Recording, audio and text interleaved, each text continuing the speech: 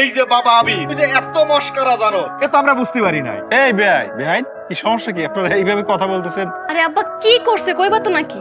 কও না। হইছে কি মামনি, আমার বাবা যে বাড়িতে আসছে না ছুটিতে, কালকে তার এক বন্ধু আমাদের বাড়িতে এসে বলে গেছে সে মালয়েশিয়া যে কোম্পানিতে চাকরি করে সেই কোম্পানিতে প্রমোশন পেয়ে এখন ম্যানেজার হইছে, বেতন পাবে 5 লাখ টাকা। বাবা, তোমারে আমি ঠিক মতো ভালো মতো রান্না বান্না করে খাওয়াইতে পারি নাই, তোমার জন্য আমি খাবার রান্না করে নিয়ে আসছি।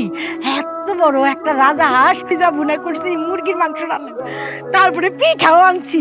আমি নিজের হাতে তোমারে খাওয়াবো বাবা। ভাইয়া তাহলে এবার আমি আইফোনটা পাচ্ছি তাই না? তোর শ্বশুর শাশুড়ি যা বললো তা কি সত্যি? এই স্যার, এই বাপ মায়ের পরীক্ষা করস? তোর জমি জমা বিক্রি করে বিদেশে পাঠাইছি না, কোন কার্পণ্য করছি? আব্বা পরীক্ষার কথা কইছো না? হ্যাঁ আমি পরীক্ষা করছি, আমি বাধ্য হইছি পরীক্ষা করছি। আবার যখন প্রমোশন হয় তখন আমার এক বড় ভাই আমারে কইতেছে তোর বাপ মারে জানাইস না, তোর বাপ মারে পরীক্ষা কর, এই জন্য আমি তোমাদের পরীক্ষা করছি।